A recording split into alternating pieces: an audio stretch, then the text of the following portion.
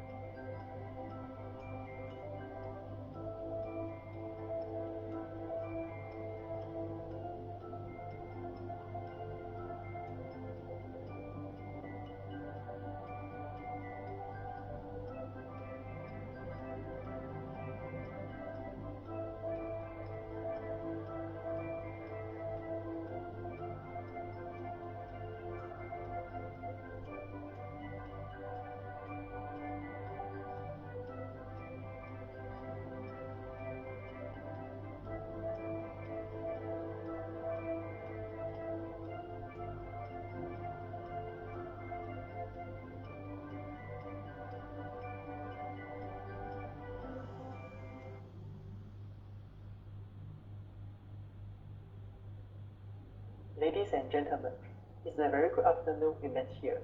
Again, thank you for your participants. On behalf of the Bachelor of Public Relations, RPR 2101 Group A of Tunku Abdul Rahman University College, I extend the warmest welcome to all of you. We hope that everyone is safe from COVID-19 and to gain fruitful insight today. We are honored to have our event advisor, Ms. Nizizi, and not to forget our guest speaker, Mr. Mervyn Lai, main and branch campus lecturers and all PR students.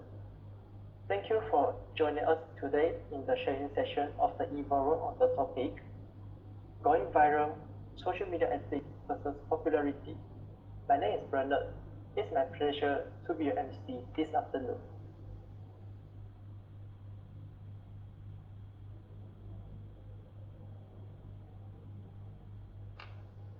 With pleasure, Allow me to introduce our speaker, Mr. Mervyn Lai. Mr. Mervyn Lai is currently a Managing Director of Robusta League and GBN Esports. Besides, he has 12 years in game publishing, 6 years in Southeast Asia esports industry, pioneer members behind Garena Malaysia founding team, involved in the Garena Premier League. With the niche expertise and experience, Mr. Mervyn acquires in the field of media. We believe this will bring a great abundance of knowledge today. As for our moderator, Ms. Choi Jin Yi is our Group A leader.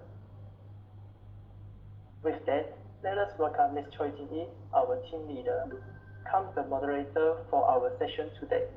Let us welcome Jin Yi. Hello everyone. Hello again, welcome our dear guest speaker, Mr. Mervyn Lai, to join our sharing section today. Hi. Hi, good to have you. Hi. So first of all, I would like to introduce to you all again about our topic, which is social media ethics versus popularity. So talking about popularity, what will you choose between getting famous, getting popular, making your content, and making your content ethically and beneficial to the society? Which one will you choose? So we are interested about this topic. So we held these sharing sections because we are interested to know, and we would like to ask Mr. Lai to share more about this topic. So later, we will hand over the screen to Mr. Lai, and he will share more about this topic and lead us to understand more on this topic. But today, we're going in a very different and special perspective, which is the e-sport and gaming industry. So we are very curious, and we would like to ask Mr. Lai, as Mr. Lai has 16 years experience in this industry, e-sport and gaming. So we are curious to know that how is it important for e-sport, especially the gamers, to get famous? What relationship between the social media and the e-sport, especially the players, the gamer? Why do they need to gain popularity? Why do they need to get famous? What kind of ethical guidelines do they need to follow? Are they not just playing video games online? So we would like, before we start to approach Mr. Lai for those questions, we would like to invite Mr. Lai that we will hand over the screen to Mr. Lai now, and he will start off to share more about this topic first. Okay, I will hand over the screen to you, Mr. Lai. Yeah, it's yours. Thank you, Jin Yi, and the rest of the committee member for having me here, giving me this kind of stage platform online to share the very interesting and burning questions about going viral and my fair share about gaming and esports. Although going viral, this topic alone is actually pretty broad to begin with. So yeah, let me briefly introduce myself as an icebreaker so that everyone get to know me. 16 years and counting, I spent my life in gaming and esports industry. It's all started way back then because of my love in games and passionate into games. To be honest, on a frank note, I am actually a very addicted gamer back then. Probably we're talking about 20, 30 years ago. Right now, I'm pretty old already. I'm not too much into gaming, but I still spend a good enough of hours on a daily basis into gaming as well for professional and as a career basis. I myself is actually, my name is Mervyn Lai. I myself is also a TAR college student, back then year 2000. Yeah. That 2000s, I can't remember exactly whether it's 1999 or 2000. Yeah, that's so long ago, 2 decades ago. I studied accounting in business studies. After 3 months into internship, I suppose, yeah, and I don't, in audit, I don't find myself actually love the job so much. That's where I get spoiled and get into gaming. In Setapak, there is so many game cafe. That is where I spend most of my time, to be honest. So, little bit zoom into my career, my professions. I say spent 16 years. I started 2006, getting into the local game publisher, and then doesn't take me too long, whereby the first Chinese company, Kingsoft, which share the same founder owner of Xiaomi Malaysia, invested in Malaysia. So there's a country manager branch out, and then he spotted me and offered me a job in the first Chinese company in Malaysia. That's where it begins. First, we do some Chinese RPG game publishing game. So that's not really something that I love a lot, but making a living, doing the work itself.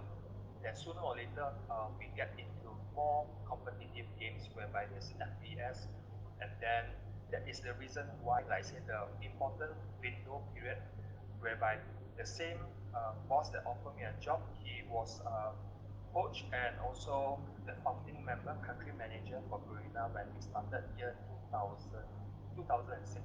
So yeah, so I started the game into career in 2004 to be for some correction. So yeah, I think many of us or the people that actually at least play games heard of this company before. Humble beginning, Garena started as a less than 12 key founding member, less than 10, less than that, from Singapore. Is a group of university students from China, but they study in Singapore. They started that platform. It's just pretty much a so-called side project based on interest and passion, challenging about other college mates, uni mates. That's how Garena started. And then very fast it gained traction. Then within a short period of 1 year, Garena from Singapore branching out to many other countries. So Malaysia wasn't the first country, it wasn't the second. If I account correctly, it was the fourth or fifth country. That's where I get my opportunity to join this company. And if everyone here is not really familiar with Garena, so I think another good name that people can relate to, Garena rebranded into C Limited. They also own Shopee as well. Shopee came later, Shopee Pay, and right now they're into digital banking. So this is a little bit about myself, where am I coming from, and I share kind of good experience learning from these good people. So if we are going into the topic going viral and about gaming and esport, let me share a slide that I prepared, a simple slide. A minute.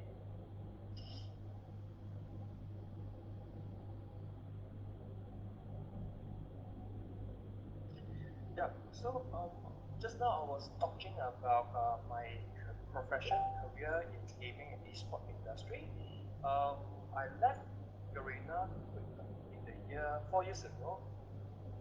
Yeah, year 2016, almost 5 years ago, 2016. And then I decided to venture some of trying my life, trying to build a business enterprise out, and at the same time taking a lot of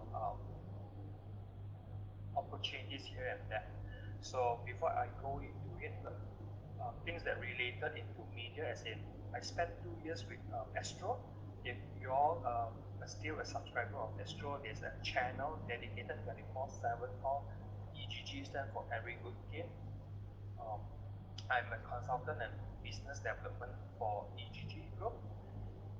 And that is also, besides just a TV channel, a broadcaster per se, EGG also has a wide range of business related to entertainment and social media. So EGG for the past 3 years has been a partner to Facebook Gaming, exclusively manage the Facebook partners, or you call it Facebook talents, when it comes to the gaming channels. Yeah. So that is where Astro started such a business verticals. I can share you more about that, how lucrative is that market, and what's the year one strategy and what's the current strategy as well. But before we go into that, let me go through my slide that I prepared to you. Gigi, can you right if the slide is playing well and I'm on the page too. Yes, the slide is playing well, but Cool. maybe you can Thank you. present it full screen. Okay, full screen. Sometimes full screens can't really navigate, so help me to check QC if we are on back to first page. Now it's still uh, Second page, right? second page. Yeah, so full screen doesn't work on Google Meet. Oh, Um, okay. yeah, Then probably it's my laptop. So we go back to not full screen. Sorry about that. So let's talk about going viral and that social media ethics and versus popularity. I think first thing, based on my understanding knowledge, I wanted to break down that agenda, into smaller pieces. Make sure everyone actually understand what is social media. Is everyone actually can just simply Google it, wiki it. That's basically a definition I'm picking on as well. In the context, social media is basically a computer-based technology, website or application, that facilitate any sharing, whether it's not just about video per se, it can be podcast, just voice, video, memes, poster, comic content. We call it content that can share across social media. And that platform is an internet application platform and has the capabilities of going social. Going social meaning to say it's easier to share within your network, your friends, your peers, and from the algorithm that each of these social media owner build, they can actually multiply. That's why we call social network, social media, or this platform. So that's the first thing that we need to understand the key meaning about social media. Moving on is about content. Like I just mentioned, just fast forward already. There's image, memes, comics, voice, words, not just about video. And I'm going pretty fast here. I said then the next thing I wanted everyone to also understand from all this kind of content, we also can break it down into different genre of the content. So where am I coming from is pretty much on gaming. Esport is pretty much a sub-segment of gaming. Gaming as a whole, which is a very, very huge, big industry globally. So we have different genre to cover as well, like comedy or explicit content, political content, or things that you can, content that you can incite fear, incite emotions, or even education, just to name a few. All these contents, why? Because it creates people to share. This thing will go viral, go crazy, go big, and the content owner actually, most of it rely creating their content based on this few genre that is proven or there's good track result that will go viral. So if you observe some of the content creator, um, which is pretty amateur or new, I even come across some content which creator which is like they're so new they do not know what's the appetite in the market, what fit the right content to their audience. They simply just go live and just create content. Just talk about going live, right?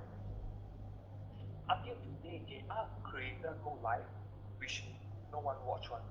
Probably he just go live for the sake of going live, like his Yorkshire doing, but no actually organic user or even his or her peers, friends actually care to come in and watch and entertain. So there are people like that. But I say in order to go viral, you need to really understand the space. What makes your content viral? What makes your content appeal to users, to audience? And that is the next thing that we want you to understand. Um, no one content can actually cater for all audience. No one piece of content that fit the bill, fit everything. So don't dream about it. It's nearly impossible. So if you are a content creator, you first need to strategize what you wanted to do, what who you wanted to target. answer the few W question first. Who you wanted to target? Who is your target audience? What kind of age group? When it comes to content, all age group. I'm talking about probably your parents, your grandparents, they consume content as well. But the type of content they consume might be very different from you, even your parents and yourself. And we are talking about people that older than us. What about people that is younger than us? We are talking about school children, teenagers, high school teenagers, primary school students. We are talking about probably kids like 5 to 8 years old, or even babies or infant 3 years old. Kids started to consume YouTube as well. All thanks to the advanced technology advancement, innovation, or even our time as a parents that sometimes we just wanted to buy some leisure and to calm our babies. We feed them with our mobile phone, we feed them with TV on YouTube screen. I believe all these example everyone can relate because people around us, whether it's your brother, sister, your parents, your friends, will eventually encounter this thing. So that's about age. What about race? There is content which target particular about race or religion.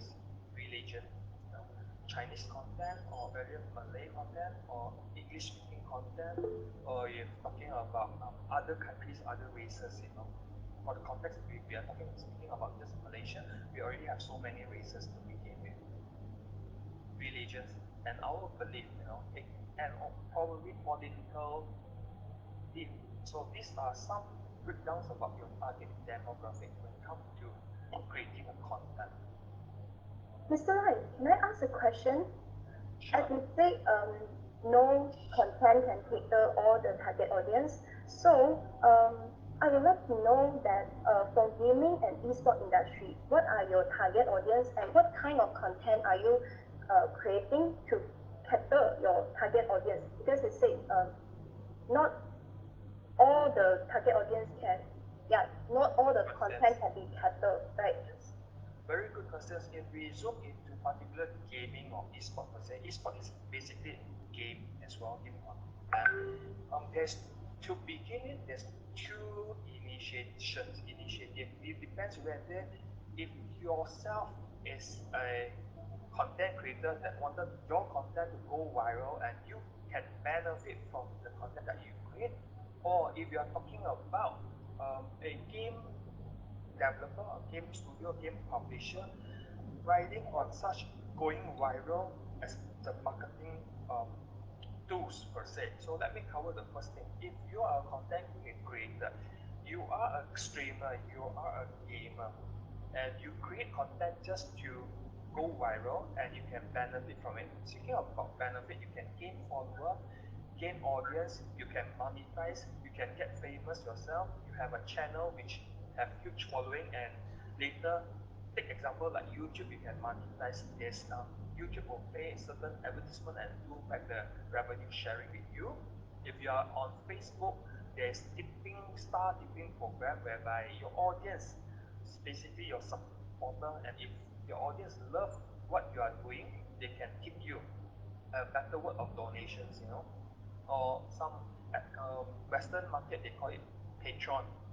So these are the type of support that your follower or your fans can lend to you, so that financially you are doing what you love and you can make a living out of it. Some newcomers is just good as making a living, but the top tiers of content creator, like the things, if you're talking about gamer and esport in Malaysia context, I can assure you they make more than six figures per month. Yep. That's the amount of money they capable to make. If you follow some headlines news from US, from America, you have people like Ninja, PewDiePie, which make 7, 8 digits per annum as well, US dollar. So how do they do that? It's through games. And why games? Games by nature, by means, there's huge population of millions or hundreds of millions gamer globally, worldwide. It's something like organically people love to play games for entertainment purposes. And over over the years, I mean, probably 10 years ago, 20 years ago, the gaming industry is still so infant, very heavy male dominant industry. But of recent years, yes, the trend has changed. More and more female actually play games. So we are talking about global population of gamer is crazy to begin with. I would I might not have the right data, perfect right data, but if I were to plug some numbers, I think globally we already surpassed 1 billion gamers. That's a huge number. So speaking about that number in gaming industry, it's just like your population, your potential eyeball, your potential user audience per se. So why it is important? So the more people watch your content, you're actually going more famous. Your channel is more populated. Same things like if a TV channel or any internet channel, whether it's YouTube, Facebook, or any content no one watch, you, there's no value to associate with. Whether sponsors or advertisement, no one is paying you. But if you are able to garner that kind of population, that kind of numbers, you are very popular. You are very rich. The potential to make money, monetize is like the sky is your limit. Like I told you, taking Ninja or PewDiePie, easily per annum, their contract base is 8 digits, tens of millions US dollar. So is that anyone can do that? First of all, similar into any sport industry, I take badminton as a context. The world, there's only one England. There's only one Lee Chong Wei. If you wanted to be good, you need to sacrifice a lot. You need to learn a lot in order to be the best. So everyone got inspired because of the one figure. So we are probably, like I say, in the world context, we have one Ninja, we have one PewDiePie. If these two names even make sense to you or you heard about it, if not, you can Google their news. Sometimes it's all over the headlines. It's also on some magazine cover. I can't remember whether it's Forbes or ESPN cover. So these people make headlines. Um, yeah. Hi, Jenny, you have something you want to say? Yeah, go ahead. I would like to ask Mr. Lai, because of the rising popularity of gaming industry, esport, but also at the same time there are some issues regarding the gaming industry. So, um, if let's say this is the case, this is become so popular in social media, how can you um, tackle the negative impact? I can share some example. Let's say because we have heard about Chinese government has imposed some restrictions for the underage children, that for the time limit they can spend for online gaming. So also recently they are um, 16 years old boy collapsed, died after playing online games for a few hours, because you say pro, uh, gaming have become so viral on social media. If is it still ethical for the business, for the developer to still promote so heavily on gaming online when so many cases happen nowadays? Or yeah. Let me share. Let me give my fair share point of view. Might not be in sequence chronology.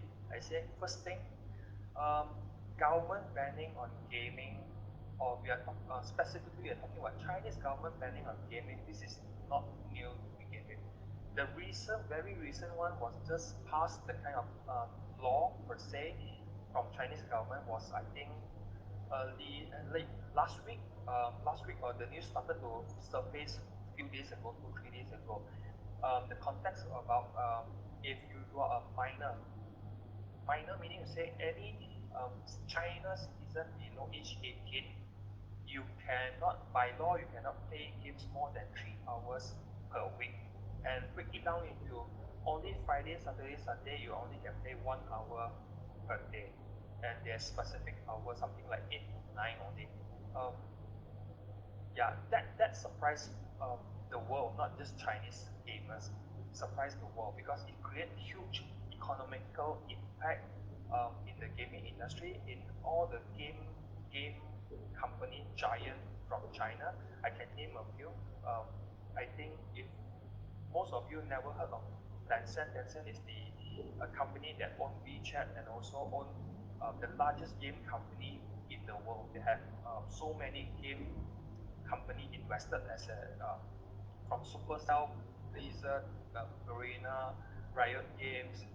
Yeah, basically I just can name a few. If you can Google and check the list of the game company that they own and invested is a huge list long. Okay. Um, or aside Tencent, you have NetEase. NetEase also is another big giant company from China, which they own a lot of games. Even big names like Alibaba, a lot of people familiar. Alibaba also have game verticals. They have game company. I mean, a company that invested by Alibaba just to get into the gaming industry. They are very popular games by Alibaba Group. Essentially, the Three Kingdom Sun War. They own that game. Even if you are familiar with the social media that go viral, company called TikTok. TikTok, the company behind called I don't know how to pronounce it, ByteDance, something like that. They also announced that they are investing in gaming industry as well. So there's a lot of companies. Put it this way, even Huawei also have their own gaming. You have Google Android, you have Apple iOS, so you have Huawei App Store as well. So all these platforms actually make a lot of money, tons of billions, I would say, in from the gaming industry. Um, and it's like I said, why I'm sharing this thing is huge economic impact. But to balance, first thing, this is not new. It has happened for many years. So probably every subsequent year, you have some news headline about Chinese government trying to take some control measurement in the gaming industry. Not just Chinese government, in Europe, in US, there is always governance involved in gaming. Like it's just like any entertainment movie industry. Like if we go to cinema, we watch all these blockbuster movie, Hollywood movie. There's rating 15 years and above, 13 years for child safe content consumed. So these are some governance, government need to apply certain measurements, certain control, so that their citizens, the people that consume all these things, have some um, check and balance, some control, some moderation is the word. So why? Let us ask ourselves why this is happened in the first place. You are right. There are cases like people die, people got addicted, people throw the academic away, they sport, But how big, how impact is this group, or is this plugging on few cases? So media play a huge role in this as well. If certain media keep on covering certain negative news impact, it affects the citizen, the public, and even government to come up with policy to control. Imagine us yourself, if there's no media, I mean the global media or Chinese media to say 9 out of 10 will talk good about, talk positive about gaming and esports. Only one or less than 0.5 people talk bad about it. The government won't take action into it. So government or people in power will only act on certain things whereby you have huge public interest per se. So this is about public interest. So that is my personal point of view, my opinion. This is not new. It has been many years doing something like that, but recently has been more and more severe. So if restricting minors 3 hours per week, whether it's good or bad, is actually no one has the right answer to say good or bad. I can only represent myself. I think it's something.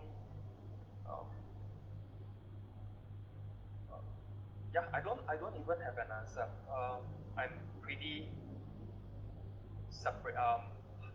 separated. Part of me, I would say, is good control, so people have in moderation.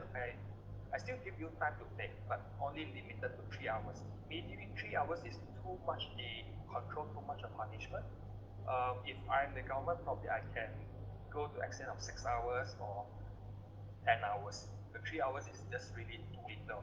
If any one of us as a gamer, 1 hour a day, basically you only have selected game to play, and it's pretty boring per se. You can't really enjoy. You just do certain few games or just certain sub quests, then you have to go offline. So it really create a huge impact economically in the game industry. Yeah. So did I answer your question, Jingyi? Yes, yes, yes. So apart of this, um, what kind of social media content, what kind of strategy for the PR, for the company, for the business to do the branding, the marketing for the players, for the gamers? Do you have any example or any content that uh, made people in social media that help to gain the popularity for the gamers? Example, well, I didn't prepare any example, but I can explain or story to you guys. Like a lot of game company leveraging on social media, leveraging on going viral, those kind of influencer, or you call it game content creator, key opinion leader, whatever terms, right? So individual that create content and have huge following, huge audience that can actually generate a lot of eyeball. These are the people that the game company make use of it. They offer you money, advertisement money or marketing budget to create content for their game, so that in order to promote and reach out to more users, appeal to them so that they can download and play, you know. So these are just marketing, these are just game company user acquisition strategies. So I can just quote a few, even if you are familiar with the game like Clash of Clans. So Clash of Clans, if I were to, during the early stage beta of first year to launch a game, if it's a new game, nobody will know about this game. So how do you advertise your game? You need to do whatever marketing strategy, advertisement strategy in place. But then if you are actually a very successful marketing leaders, or in that department, your head is very good at it, you know how to have the best plans, whereby speaking of industry norm, so these are the well-known or very commonly used into you advertise, you spend your money back into the society, whereby your target audience are gamers. You basically in the layman terms, if you were to sell a product, make sure you sell it to the right target group. So if you are advertising, you're selling game, you have to sell to gamers. You have to appeal to gamers. You can't be appeal to non-gamers. Um, yeah, immediately I can't pull of any layman example, but I believe you guys understand what I'm trying to mean here. So you advertise a product to the right target audience, the right group, which is gamer, and all these gamers are actually consuming, giving their eyeball, their time to all these content creator which went viral, creating games content. Yeah, so these are their strategy. You call it PR or marketing strategy. The game company use leverage to advertise their games. So it can be Clash of Clans, it can be Three Kingdom, it can be PUBG Mobile, it can be any game that you play. So if the game which you play, you are making tons of money, they are very successful, they have tens or hundreds of million users, meaning to say they've done a very good campaign, marketing campaign. But that if you do very well in your marketing doesn't mean that you guarantee success. So success comes from a lot of factors. Marketing done right, your product needs to be well developed, appeal to user, and able to sustain. Some certain games only appeal to you in a very short window period, whereby after 3 months, 6 months, you get bored of the game, then you just ignore not playing the game. So these are in a nutshell about gaming industry. So yeah, it's a huge topic to begin with. Let me know if you have further questions or you wanted to know more about that. G? Yes. So, uh, yeah. Uh, and one more question I want to raise up to you is, so uh, if esport players, they are getting so popular and getting so famous, uh, will they like how can they monetize them by this social media content? So will they get sponsored? Will they get funded? Sure. Because if Let me do some sharing. In a nutshell, there are a few commonly way that you can monetize so you can benefit or gain monetary. As a content creator, gamer, there's so many platforms per se. The Western platform, like you have YouTube, you have Twitch, you have Facebook, you have Tik, yeah, all these are English content. There are certain platform whereby it's a Chinese application, you know, 斗鱼, Huya, if you're familiar with Chinese. So globally, East and West dominate by the Chinese and the English Americans application per se.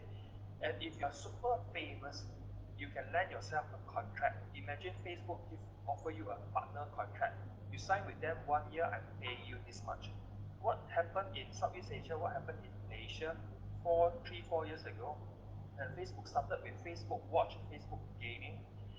Then four tier of partnership contract. If you are interested, you apply and assume. Let's say on the very first year you have like um, let's say 50,000 followers. 50,000 followers, and they check on your reports, your statistics on your fan page, right? 50,000 follower, and these people are active, not fake user to begin with. So there's an evaluation process. They can offer you tier one partnership. Tier one partnership for 1 year contract. Every month you are actually getting a gross 12,000 US per month. That money come from Facebook before agency fees. Agency will take a 30% cut. So 12,000 US, how much is ringgit Malaysia? That is 60,000 already. Imagine like any college students, or probably some not even college student per se, they are probably kid. I take another example. Are you all familiar with the kid that do toys review? I forgot his name already. That has huge following. YouTube signed him exclusive. So beside contract, like say Facebook can lend you a contract, YouTube can give you a contract, Twitch can give you a contract. Microsoft used to have a platform, but then I think they ceased to operate already. So because of all this competition between behemoths, right? So they fight. These are media company. These are new media company whereby they are fighting for talents exclusively. So um, if you are somebody with 10 million follower and you can garner all these 10 million people changing from Facebook to YouTube, YouTube will definitely value you. Facebook also value you. So you don't bring my user away from Facebook. I give you $10 million, stay with Facebook. So that is a contractual point of view. Then other than contract, um, you in application, take Facebook as an example, there is star tipping program. Meaning you say your audience patronage, support, donate to your efforts.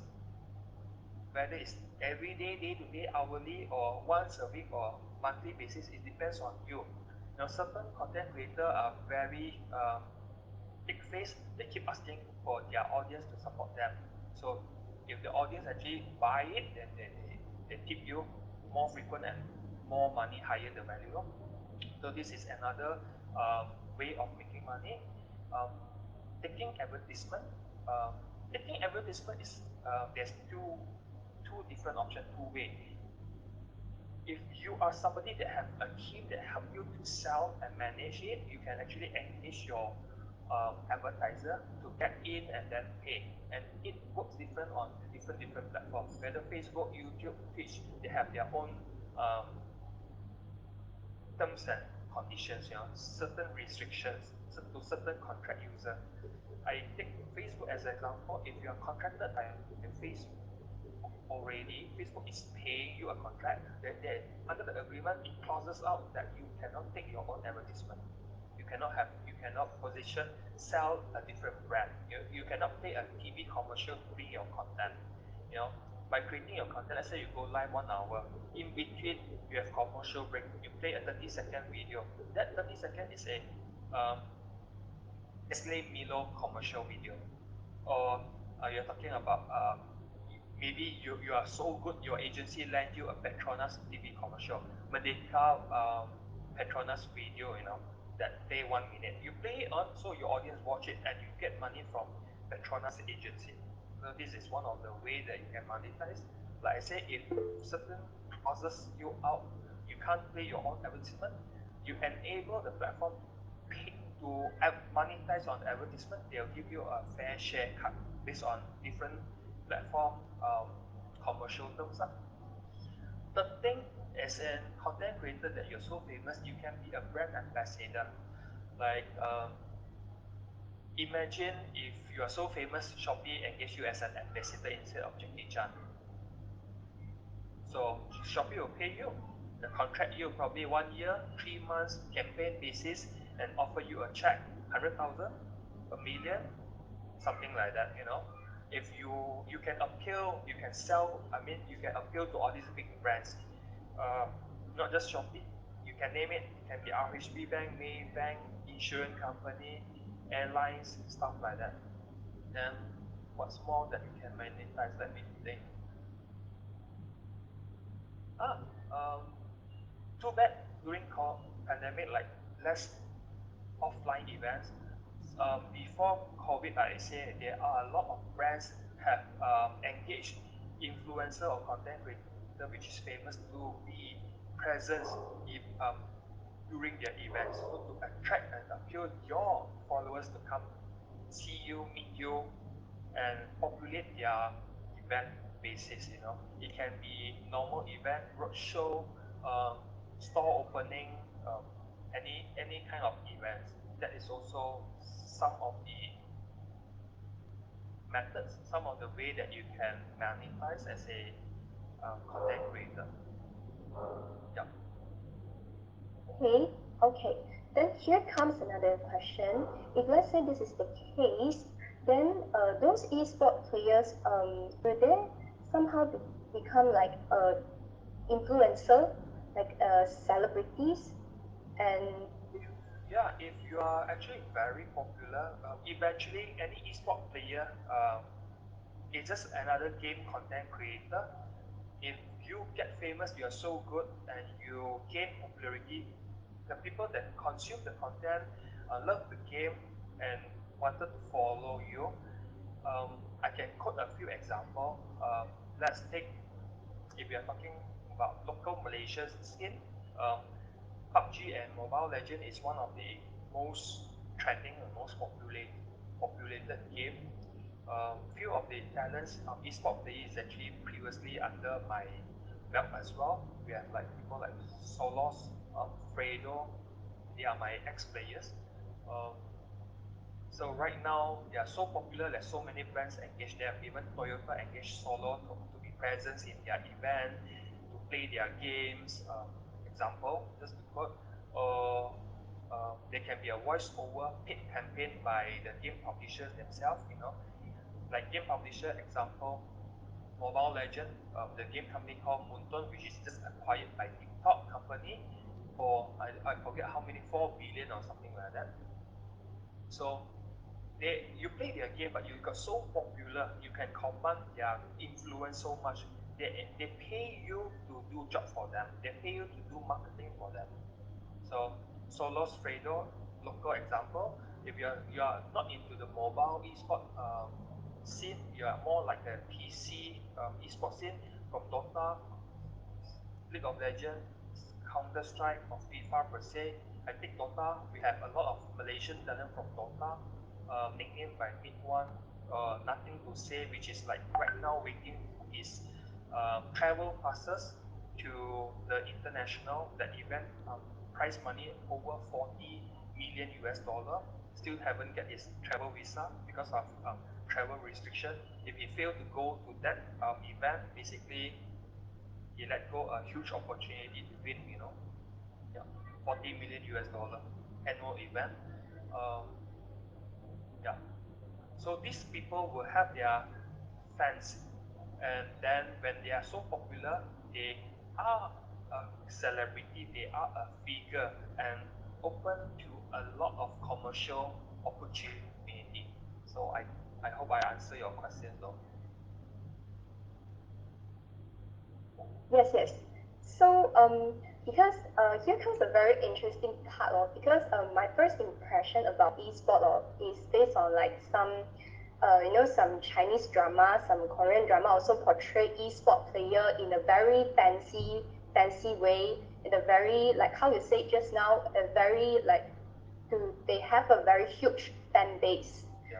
So, is it um, is it similar, is it true also in this industry they need to follow a certain strict rules in social media, that like they cannot post something on social media, they need to live in the rules that the company set by them, like even though their personal character um, is not that in the real life, but they need to follow the rules that how they portray themselves in the social media. Is it true in the industry also? If it's not true, is it this kind of drama, this kind of content considered unethical, considered a cheating to the audience? um, I think it's a very interesting topic to begin with. Let me share. What you are saying is correct. There are certain esport organization or teams that have certain very harsh guideline or control governance in with their players. So their players to this kind of esport organization, or you call it company, is a talent to them. Talent means they are the product of the company, whereby a company make money because you are famous. So it's not so different compare esport gaming into any um, celebrities. Like you can have artist, singer, actors, like Korean girl, Chinese girl, Hong Kee, or even Americans or any Westerners, right? So when it comes to celebrities or talents, um, they have a very guided lifestyle.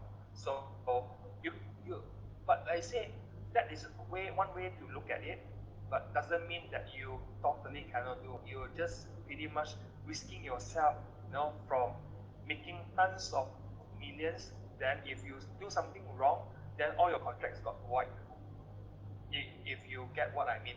Example, I can't remember any celebrities to give example, but every now and then you have some headlines about certain people striking off their contracts from Nike, Adidas. I no longer sponsor you because you give certain negative comment. You are gender biased, right, racist, or you criticize certain sensitive issue from China, whereby from Nike or Adidas, from BMW, Mercedes, removing you from their ambassadorship. So you lose a lot of contracts. So if you don't have your manager or company that govern you, control you, supervise you, set the kind of strict policy, you simply crosses the line, do some um, not so smart talking, actions, comments on the social media, you basically waste your opportunity in all the contracts, millions dollar contract. So those are celebrities similar in gaming and esport world. Because esport is just like esport. If you remove the E, it's just like sport. Take football for example. You have David Beckham, you have Ronaldo, you have any football superstar. you see how they carry themselves very professionally.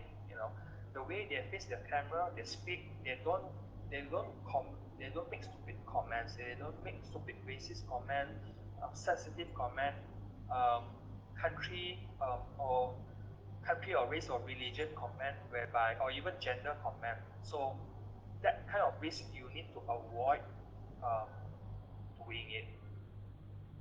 Yeah, I hope the way I explain makes sense to everyone and you all understand. So to portray like the drama that you gave an example, I never watched that drama, but I say from the context that you told me, it is true that the esports scenes are pretty much portray the same thing, and only selected or probably handful of esport organization or company that have sole control, because esport is still pretty much still at the infant stage, not super matured like football scene.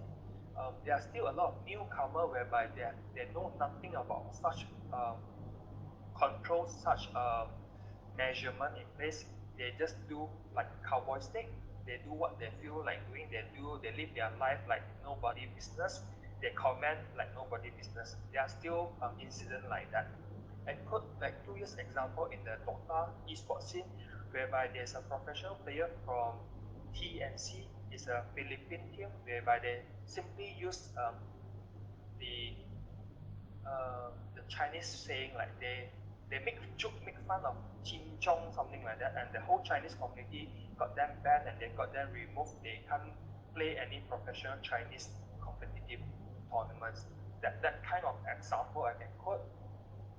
Um, yeah, then that's the best I can remember. There's few, I mean, from time to time, there's always all this kind of incident news that you get to follow. Certain um, e-sport players, or you call it e-athletes, like make stupid comment and then get themselves banned, bar, or lose a lot of opportunity or contracts. Yeah. So the scene is still young, still new, still unprofessional, um, and it takes time to mature as an industry. So more people are more serious about it. They care because eventually you lose money, you lose contracts if you don't discipline yourself. Okay.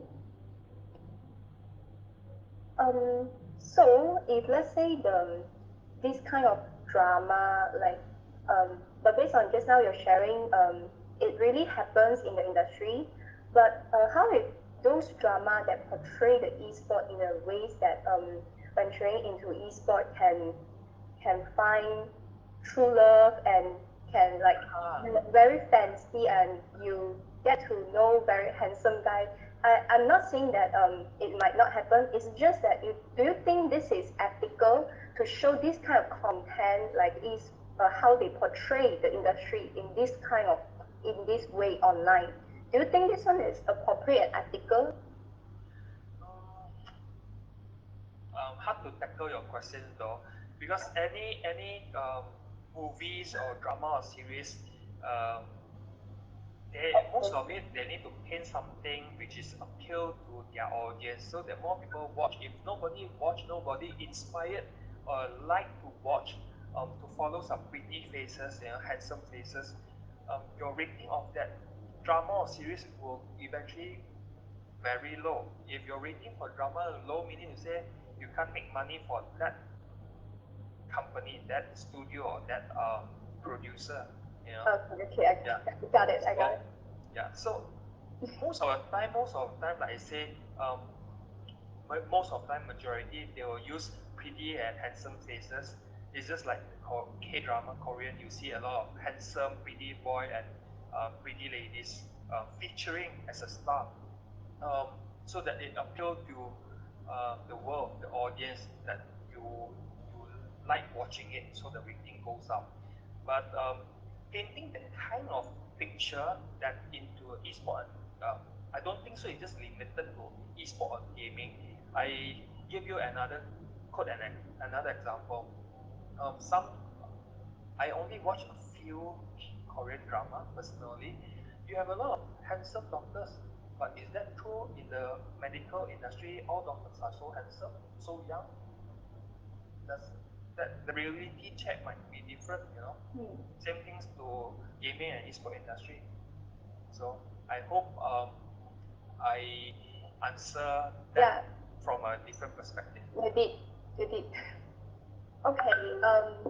As the time has coming to almost 2, so Mr. Lai, do you have anything to add on or conclude for this session? I enjoy my session here, sharing my knowledge, my thoughts, my opinion in a very interesting subject here, and it relates to gaming industry. I hope this benefits everyone. This is a huge topic to begin with. It applies to not just gaming and esports, basically apply to all industry globally, and see everyone can benefit from it and make good use of social media ethically. I think there are certain things that we do not have enough time to cover. Um, um, yeah, out of just gaming and esports. Yeah. Thank you for that opportunity as well.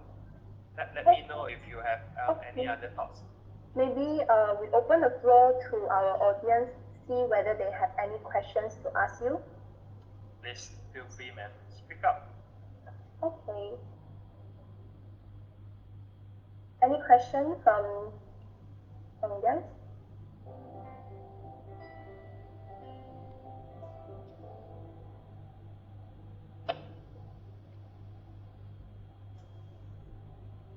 Maybe we just let them think of some questions, or we could just end this section if you not have any questions. Wait, 1 minute, maybe.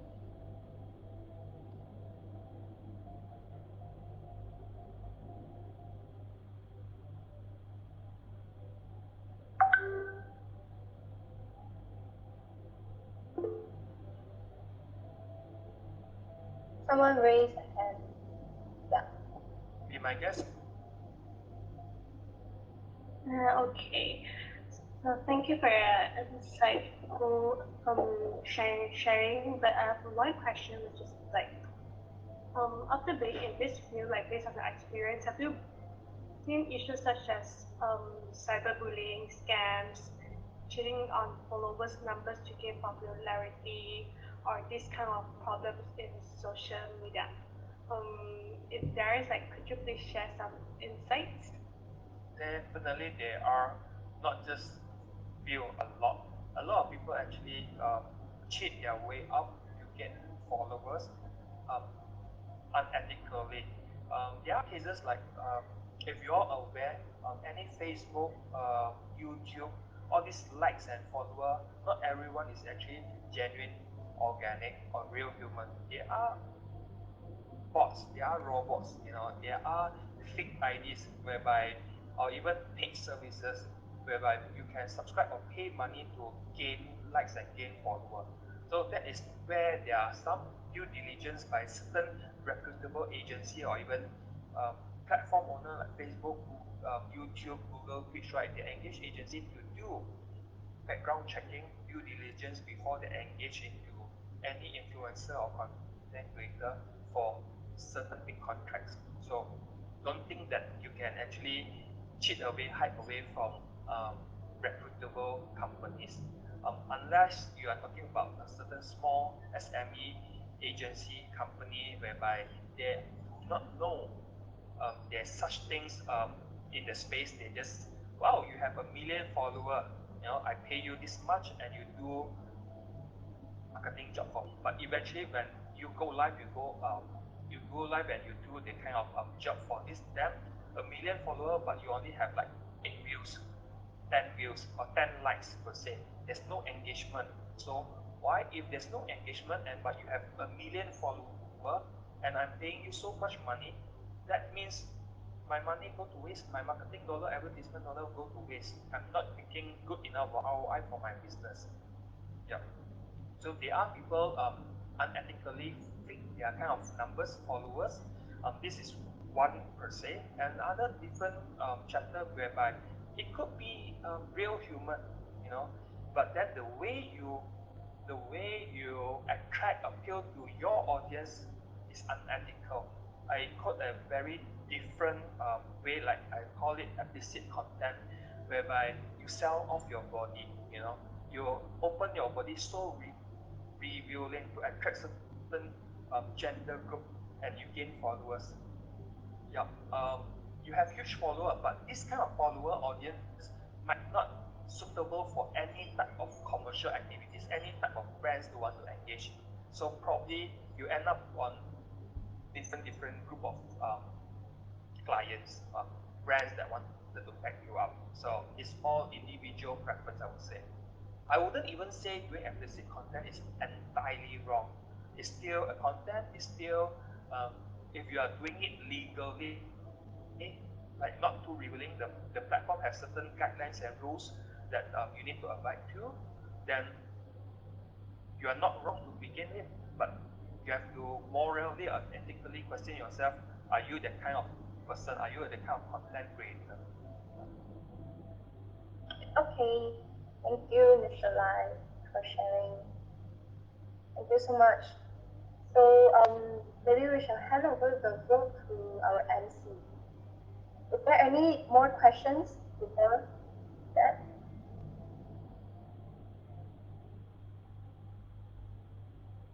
Okay, I think no. Nope. Okay, let us hand over the floor to our MC. Okay, thank you, Jingyi. I saw there's a new question from the Hui Fan. It is asking, is there a way to differentiate whether most of the followers is genuine or robot? Only the big organization can find out.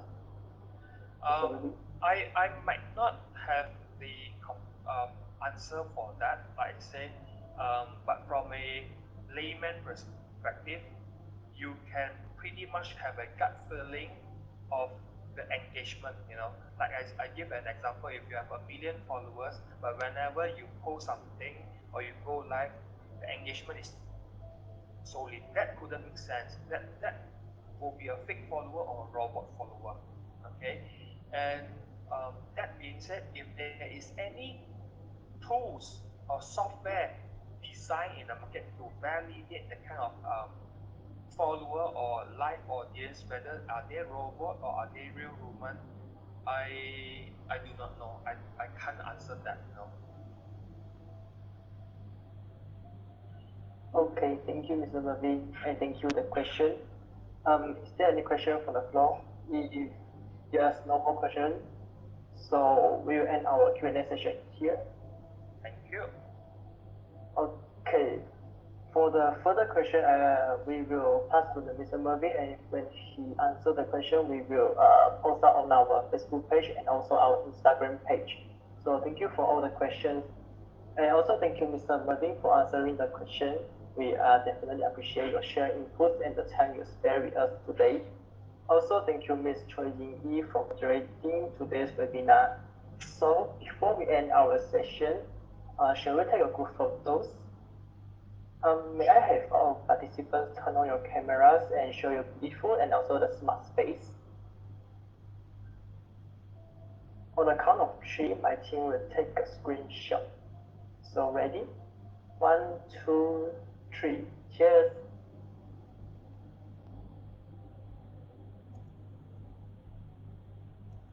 Okay, thank you so much. That is much appreciated. So, Thank you. Thank you. Thank you. Go offline. See you yeah. guys. So, yeah. Bye-bye. I, so with that, we thank you all for your participation throughout. You will receive a link for an evaluation form in the chat box. And now you all can scan the QR code on the screen. So we appreciate your feedback on this matter. So this is a wrap for today. I would like to thank my team for the continuous support on and commitment to make this event a success. So again, on behalf of RPR 2101 Group A, once again, thank you all for joining us today. Have a nice day ahead, everyone. Stay home and stay safe. Bye.